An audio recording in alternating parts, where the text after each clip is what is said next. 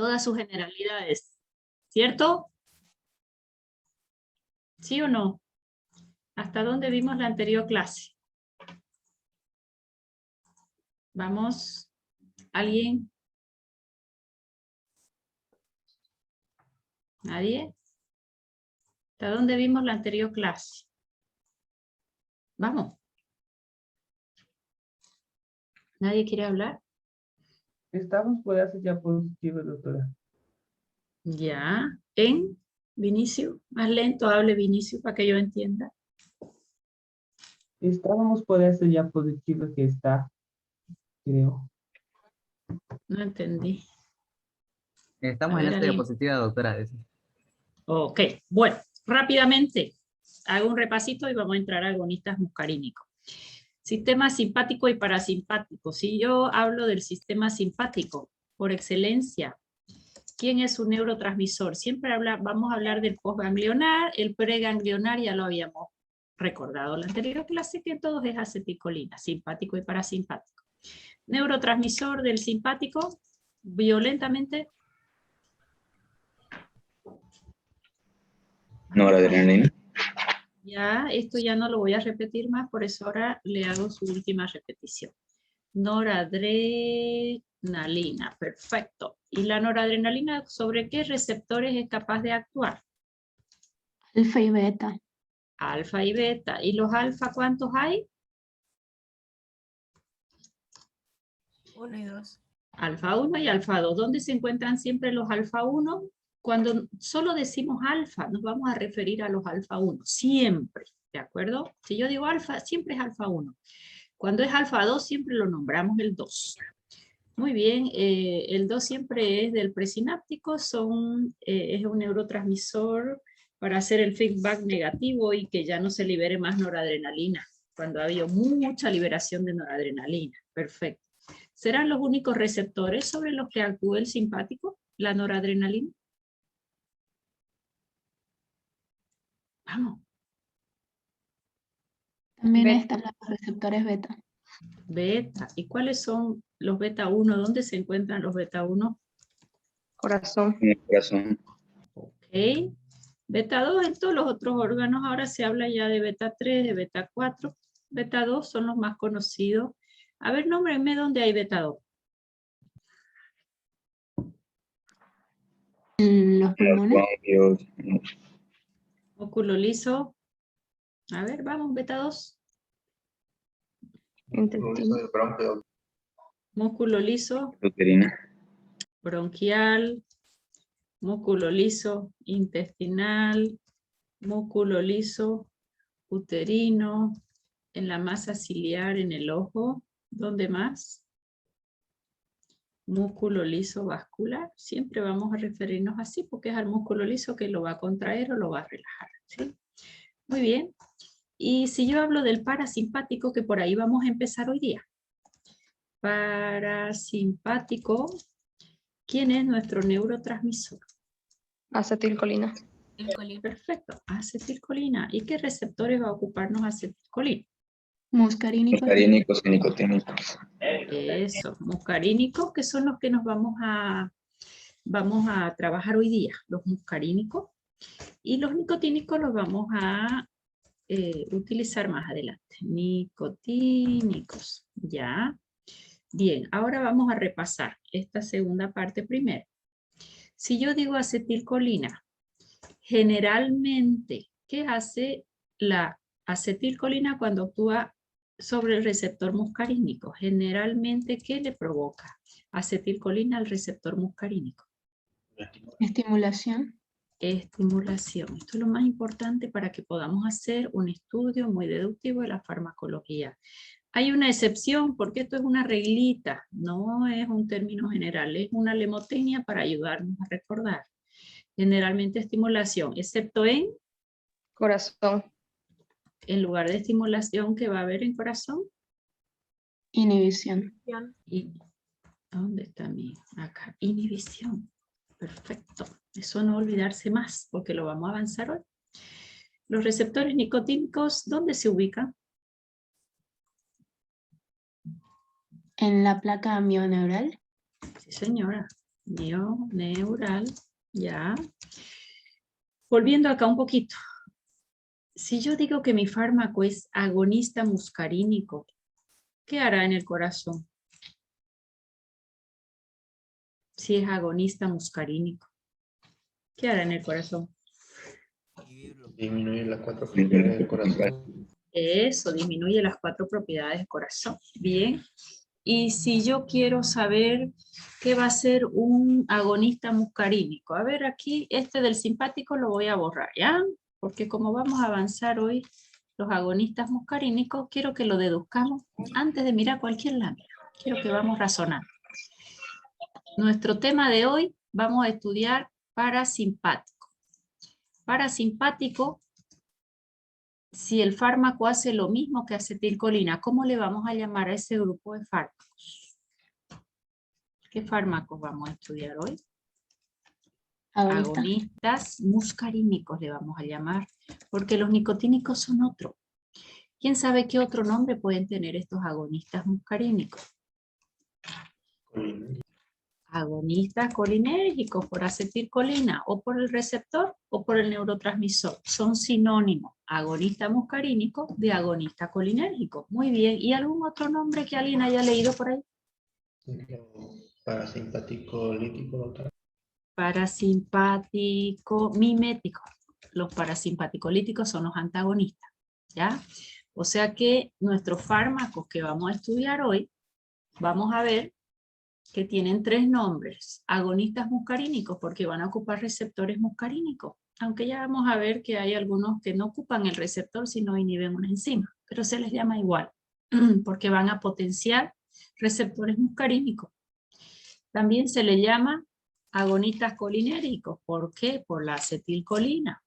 También se le llama como son del parasimpático y van a hacer lo mismo, parasimpático mimético. Esa es la denominación como más antigua.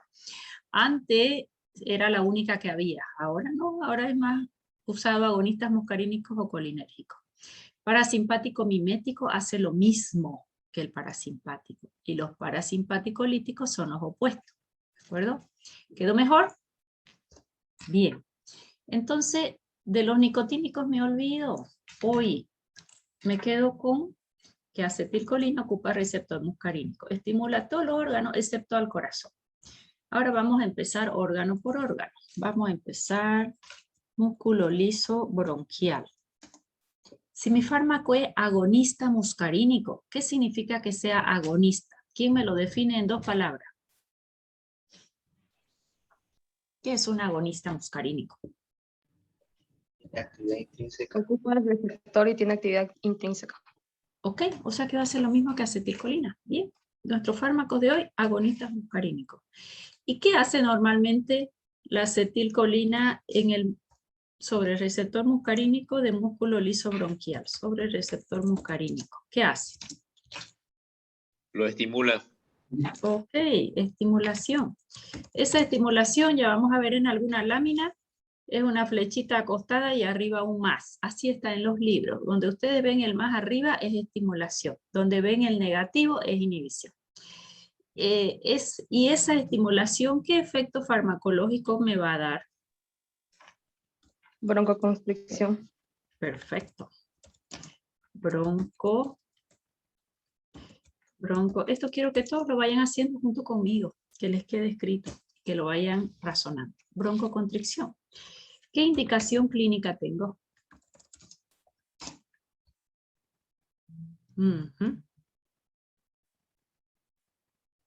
¿A quién le deseamos broncoconstricción? A nadie, doctora. Ok, no tiene. Sin embargo, ¿saben para qué se usa? Por ejemplo, uno de estos fármacos para provocar una crisis de broncoespasmo y determinar si el paciente a qué es el asma, pero en Bolivia no lo usa, nada, 0 indicación. Y si yo les pregunto qué contraindicación tenemos, ¿qué me dirían? En pacientes asmáticos. Paciente asmático. Perfecto, ¿qué más? En En paciente EPOC. En EPOC.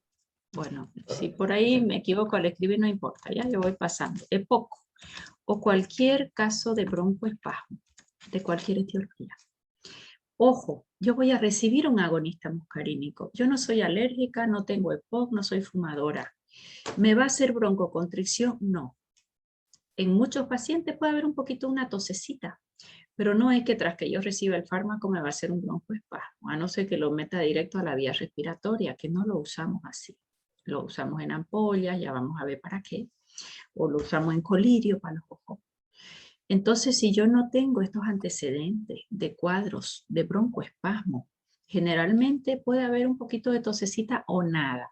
Pero si el paciente sí es asmático, sí es un fumador crónico, tiene una EPOC de base, tiene broncoespasmo, sí va a producir el fenómeno. ¿Quedó clarísimo? Más que todo en la EPOC. La EPOC se caracteriza porque el broncoespasmo es por aumento del tono parasimpático. Y si yo le aumento el tono parasimpático, eso se va a desencadenar más. ¿Quedó clarito? Sí, doctora. Ok, músculo liso bronquial. Músculo liso vascular. Si yo les pregunto el músculo liso vascular, ¿quién gana en receptores? ¿Qué tono tiene el músculo liso vascular? Tiene un tono alfa. Un tono alfa. ¿Qué es tono alfa? ¿A qué sistema pertenece? ¿Y por qué tiene un tono alfa? Del simpático. Bien. ¿Y por qué tiene tono alfa? Para asegurar que... ¿Cómo vuelve la sangre de mi dedo gordo a mi corazón en 1 minute? Y yo sentada. Proporcionar Apretando. vasoconstricción. Sí, señor. Para asegurar retorno venoso. Así como en mi corazón tiene un tono parasimpático para que esté frenado, porque si no dispararía impulsos eléctricos como loco. El corazón tiene un tono parasimpático, los vasos tienen un tono alfa. Generalmente, mayor cantidad de receptores alfa. O sea que los otros receptores los va a tener, tanto ya no alfa, sino beta 2, que es opuesto, también van a tener muscarínicos, pero en menor densidad. ¿De acuerdo? Bien, músculo liso del vaso. ¿Tiene receptores muscarínicos? Sí. También tiene alfa, que son los que predominan. También tienen beta 2, porque responden al simpático y al parasimpático. Pero estamos hoy con el muscarínico. Perfecto. ¿Qué hacía acetilcolina en receptor muscarínico? Generalmente. Vamos. Estimula. Estimulación. ¿Qué significa que yo al vaso lo estimule? ¿Él se contrae o se relaja? Si yo lo estimulo, se contrae. Y si se contrae, ¿qué hay? Una vasoconstricción, ok. Y si hay vasoconstricción, ¿la sangre encuentra más resistencia o menos resistencia para pasar? Mayor resistencia. Aumenta la RPB. Y si aumenta la RPB, ¿quién aumenta?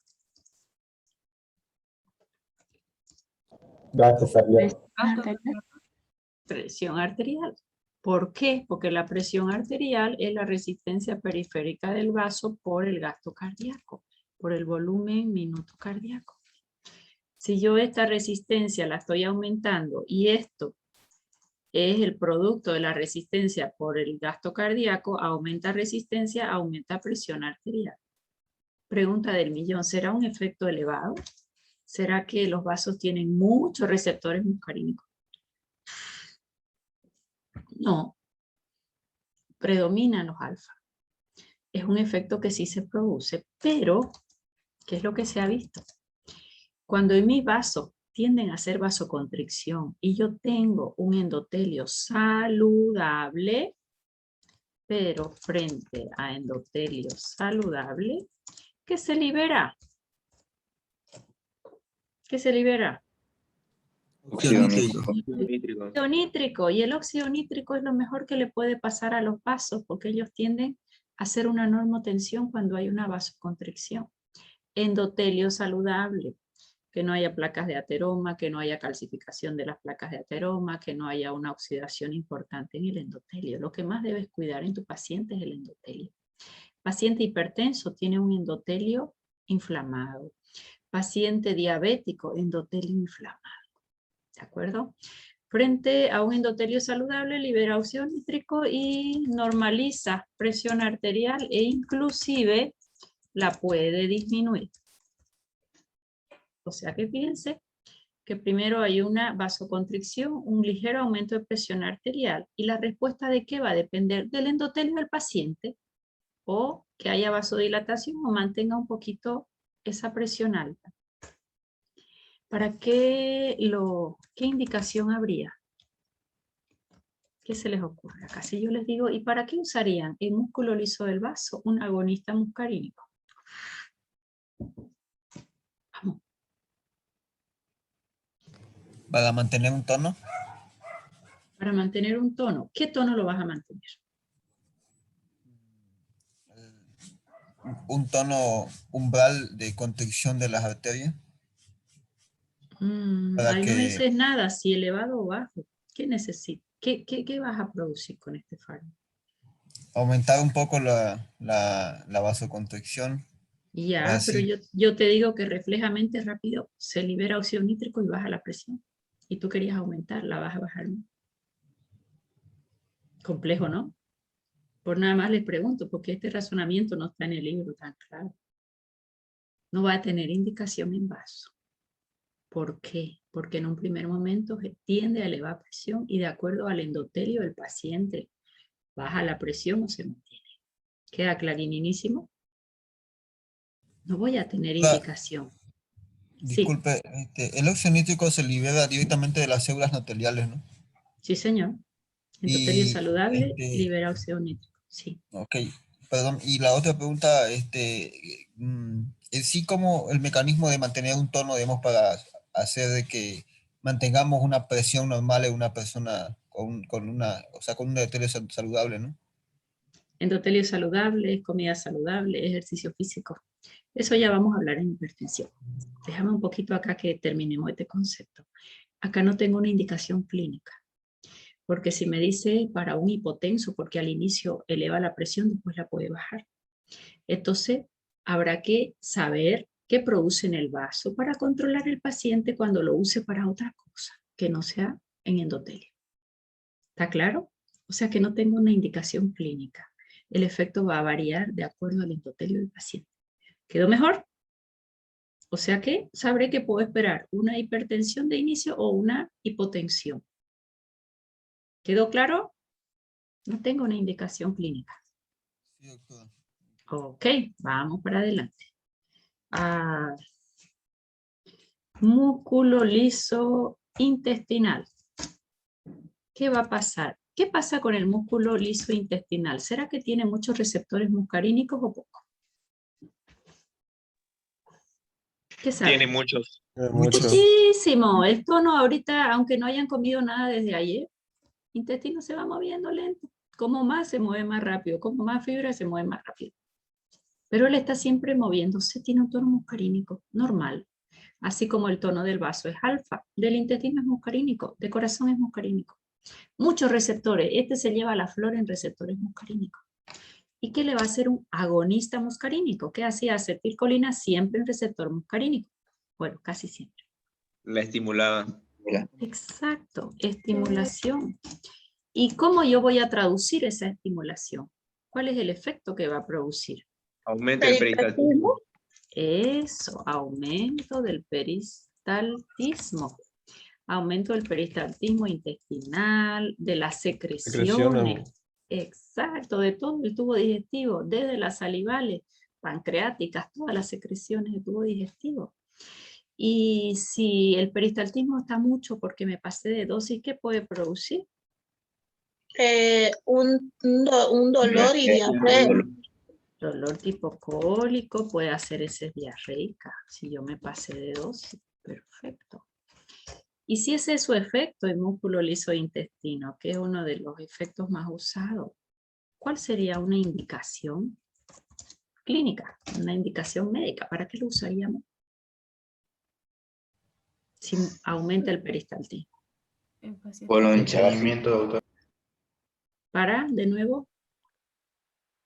Para estreñimiento. Para estreñimiento. Lo voy a anotar y vamos a pensar, ¿ya? Estreñimiento. Bueno, doctor, yo estoy estreñida. Ok, le voy a dar un agonista muscarínico. ¿Qué le va a pasar si me da un agonista muscarínico a nivel bronquial? Aquí lo hemos avanzado. A nivel bronquial. Constricción. Ok. Corazón no lo hemos avanzado, pero me va a hacer bradicardia. Aquí me puede subir o bajar la presión. En la vejiga le va a aumentar su peristaltismo y puedo tener incontinencia urinaria. ¿Será que lo voy a usar para estreñimiento? No. Ok, lo voy a borrar el estreñimiento. Si tu paciente viene por estreñimiento, ¿qué es lo primero que tengo que hacer? Escucharlo. Medidas higiénico-dietéticas. ¿Usted cómo come? Desde la mañana hasta la noche. Y yo muda. No le voy a decir nada si me dice me como 5 panes, 4 papas al almuerzo y de cena 3 panes más. Solo lo voy a escuchar. Porque generalmente el estreñimiento es un problema alimentario.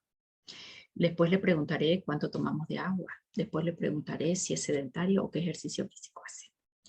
El 90% de los estreñimientos es de origen por hábitos, por malos hábitos alimentarios y de ejercicio físico. Jamás le voy a dar este fármaco porque tenga estreñimiento, porque va a tener una cantidad de efectos adversos increíbles.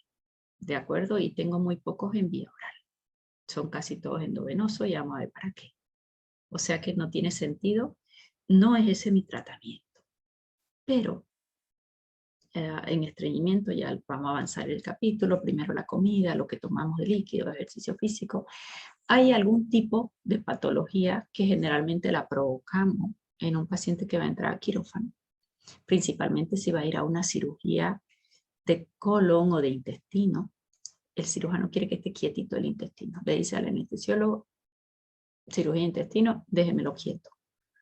Y lo dejó tan quieto que posterior a la cirugía ya no hay ruidos hidroaéreos. Ahí está el interno escuchando y no se escucha nada, viene el cirujano, nada. Ilio paralítico, no obstructivo.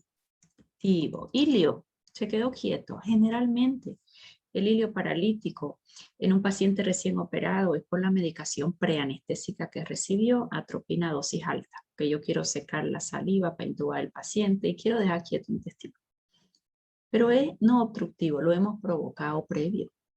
Es una excelente indicación. Indicación de oro para un ilio paralítico no obstructivo. ¿Puedes tener ilio el paciente que sea obstructivo? Sí. Hay una obstrucción, entonces dejo quieto el intestino, una inflamación severa.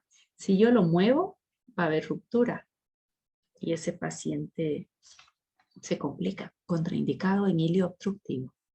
La indicación es el ilio paralítico no obstructivo. ¿Hay otro tipo de ilio? Sí, el ilio metabólico. Ese paciente perdió potasio, es una hipopotasemia severa o una hiperpotasemia, el opuesto. Ilio metabólico, no me sirve en ilio metabólico. Corrija su potasio. ¿De acuerdo? O sea que la indicación de oro acá va a ser un ilio paralítico no obstructivo. ¿Está claro? El que me ponga estreñimiento lo agarro del coto. Pero, espera un segundito. Si el problema del paciente fuera neurológico y tú quieres estimular y el estreñimiento es consecuencia de ese problema neurológico, sí se pudiera utilizar. Más lo tenemos solo para vía parenteral, o sea que es una situación de emergencia, no para el día a día del paciente. ¿De acuerdo? Ahora sí, Gerson, dígame. Doctora, disculpen, no comprendo esa parte. La indicación es para el ilio paralítico no obstructivo después de la cirugía, para recuperar lo que es el peristaltismo. Ok. Hay un repasito muy rápido. Tenemos la clasificación en los ilios. Está, en este caso, yo tendría que poner ilio paralítico postquirúrgico. Ahí te va a quedar mejor. No obstructivo.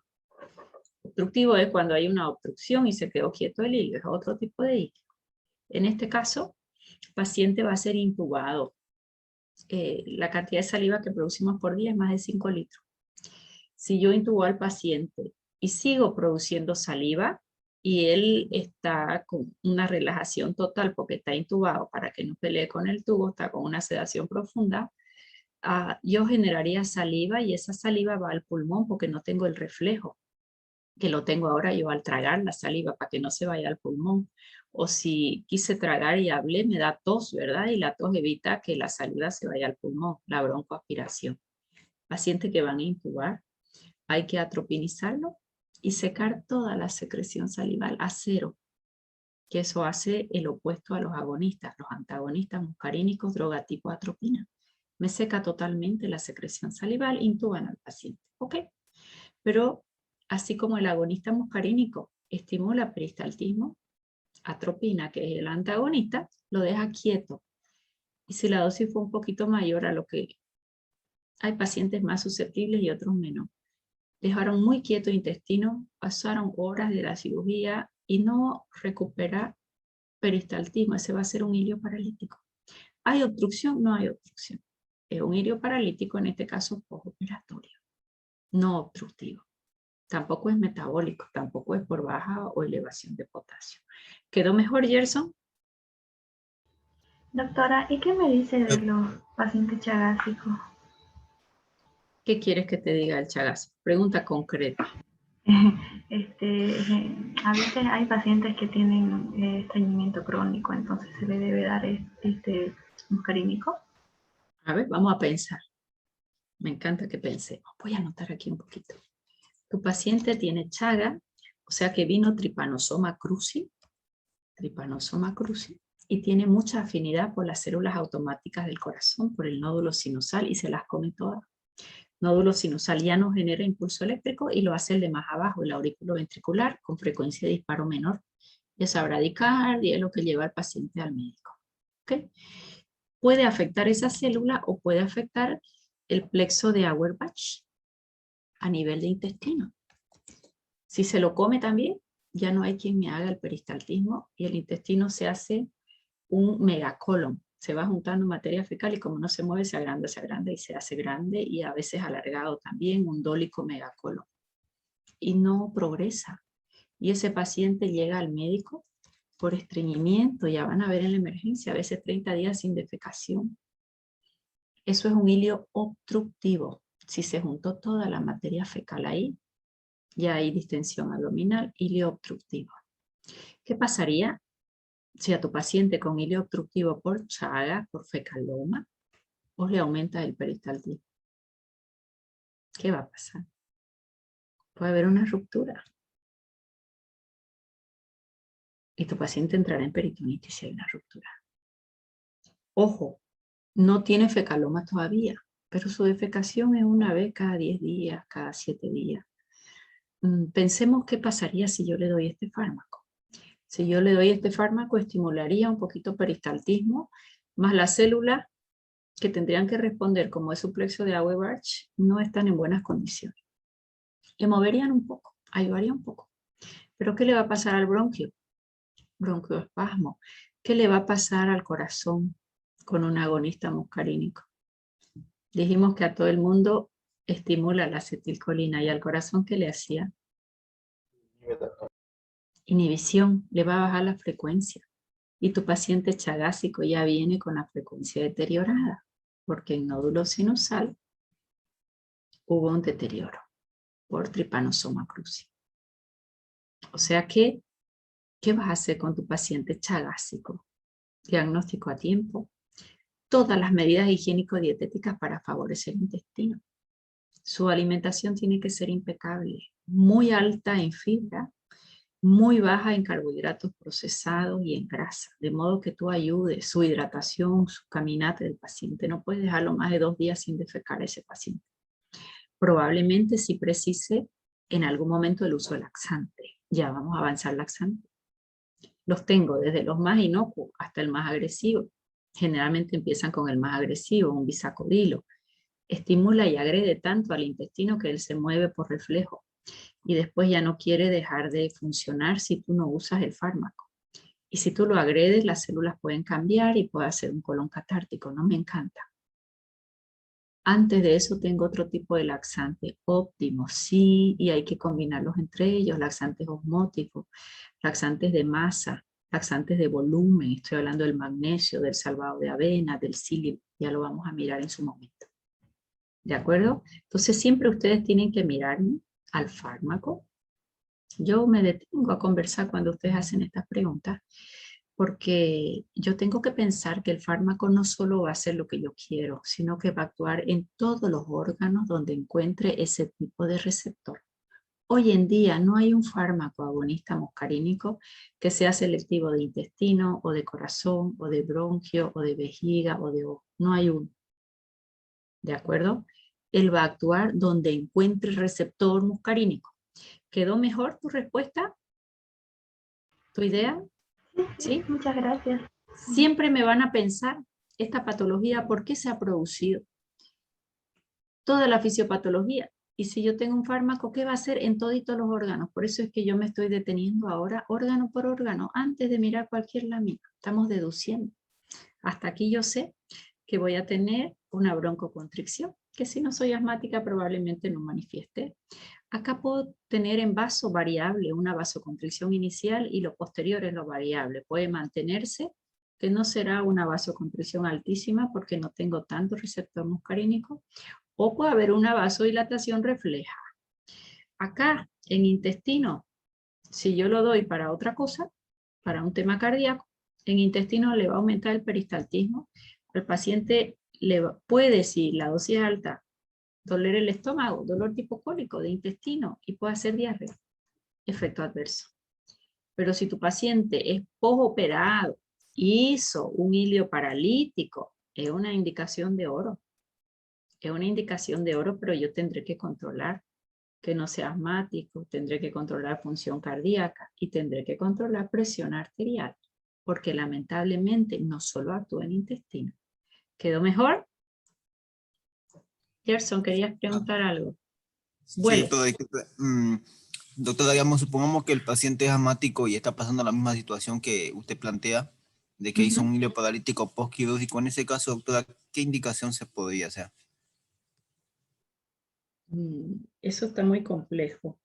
Pacientes asmáticos, bronquíticos y con EPOC, el anestesiólogo está al lado para ver qué va a precisar hacer. Si va a usar un agonista, si va a usar un antagonista en inhalación mientras el otro endovenoso haga su efecto. Es muy complejo lo que me pregunta. No tengo mucho más para un ilio paralítico. Y por ilio paralítico, ese paciente va a entrar en abdomen agudo, sí. Más si le doy el fármaco pudiera desencadenar un broncoespasmo, sí, ok, vamos a hacer una inhalación o con adrenalina o con un salbutamol o con un hipatropio o oxitropio. Ese paciente tiene que estar extremadamente controlado con anestesiólogo al lado hasta que salga del cuadro. ¿Quedó mejor? Sí, doctora, una cosita más ahí, culpa. Beneficio-riesgo, Gerson, beneficio-riesgo. Si doctora, le dejas el... Sí. Perdón, lo que pasa es que, bueno, es muy común esto del... he visto, digamos, cercanos familiares que han sufrido de lo que es el fecaloma, la complicación del Chagas, y quería preguntarle, doctora, algo puntual, ¿qué sería más o menos, digamos, una dieta rica en fibra? Ya, eso lo vamos a tocar en estreñimiento, no te preocupes. Dile, harto, ese tema me encanta. Es uno de mis favoritos. Y por ahora, búscame, tú vas a buscarlo. Tenés dos tipos de fibras, absorbibles y no absorbibles. Y más que fibra, es sacar los carbohidratos que no te aportan movimentación. O sea que vas a sacar carbohidratos refinados, dejas carbohidratos complejos y aumentas fibra. Y va a buscar, Gerson, me va a buscar fibras solubles y fibras insolubles en alimentos. Después charlamos, ¿ok? ¿Sí? Muchas gracias. Bien. Ese es un tema bellísimo y lo toco muy a profundidad. Es uno de mis favoritos temas, el intestino. Vamos, ya tengo el músculo liso del bronquio, ya tengo el músculo liso del vaso, músculo liso del intestino. ¿Qué otra indicación de oro? El detrusor de la vejiga. Detrusor de la vejiga. ¿Tiene receptores muscarínicos? Sí, señor, y muchísimo muscarínico. ¿Qué va a pasar si el agonista muscarínico ocupa el receptor muscarínico en el detrusor? Acuérdense que el detrusor funciona opuesto al esfínter, ¿cierto? ¿Qué va a pasar si yo estimulo o ocupo receptor muscarínico con un agonista muscarínico? ¿Qué efecto voy a lograr? Aumenta la contracción del detrusor. Perfecto. Así se los pregunto, como se los estoy enseñando. ¿Ya? Aumenta la contracción del detrusor. ¿Y quién se relaja? El esfínter. El esfínter. El trígono. Perfecto. El trígono. Exacto. ¿Y qué efecto voy a tener? Si contraigo el detrusor y relajo el esfínter. La micción sería. Favorece la micción. Ok. ¿Cuál sería una buena indicación si favorece micción? Para retención urinaria. Ok, una retención urinaria no obstructiva. Fíjense, esta palabra no obstructiva es de oro. Retención urinaria no obstructiva. ¿Qué puede obstruir la vía urinaria? ¿Sería lo mismo que en el intestino? Sí, señora. Por una operación. Okay. Puede ser una obstrucción urinaria, una retención urinaria postquirúrgica. A veces usamos morfina en una anestesia peri y el paciente pasa hermoso su postoperatorio, pero no orina y se le va haciendo un globito vesical por el efecto de la morfina o por el efecto del antimuscarínico que se usó para secar toda la secreción salival. La cirugía no era en intestino, era en otro lado, pero también tiene efecto en intestino. Y ahí el paciente hace una atonía vesical postquirúrgica. No hay obstrucción ahí. ¿Es una indicación? Sí. O una vejiga neurogénica no obstructiva también, porque va a favorecer micción por un tema neurológico. Pero, ¿qué puede obstruir una vía urinaria? Que si tu paciente no está orinando, dime causa. Las dos más usuales. Una Varones. vejiga neurogénica flácida, tal vez. Y ya, una vejiga neurogénica flácida, eso es ya una patología diferente, no usual. No es usual, gracias a Dios. Ahí sí está indicado. Pero yo necesito ahorita saber qué puede obstruir una vía urinaria. Usualmente. Comúnmente la próstata. Prostatitis. La próstata se agranda, abraza toda la vía urinaria y no deja pasar la orina. Ese paciente generalmente acaba sondado, ¿verdad? Cuando ha esperado demasiado y ha hecho un globito vesical. Aprieta al conducto porque se crece la hipertrofia hasta que lo ajusta tanto que no sale la orina. Esa es una obstrucción. ¿Qué va a pasar si yo le estimulo el peristaltismo? No me sirve. No me sirve, más bien tengo que ampliar esa vía urinaria, no estimularle el peristaltismo. No es un problema de peristaltismo, como la vejiga neurogénica. ¿Qué más puede obstruir una vía urinaria? Cálculo. Neoplasia. Cálculo, doctora. Una neoplasia, un cálculo. ¿Ok? O sea que nos quede claro que la indicación acá va a ser una retención urinaria no obstructiva. Estoy hablando de una atonía neurogénica, estoy hablando de una retención urinaria postquirúrgica o post algún medicamento que ha disminuido su peristaltismo. ¿Queda clarísimo? Ya vamos a ver en la clasificación cuáles son para vía urinaria, cuáles son para vía cardíaca, etc. Ahora me falta corazón. Falta todavía. Glándulas. Ahorita se va a cortar en menos de 1 minuto. Vamos a volver en 5 minutos. ¿Ya? Glándulas. Glándulas sudorípadas. ¿Qué va a pasar? ¿Estimula o inhibe acetilcolina sobre el receptor muscarínico?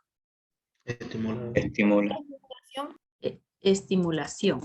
Y esa estimulación de glándula sudorípada hace que aumente la sudoración, ¿cierto? Y si aumenta la sudoración, ¿qué va a pasar con la temperatura?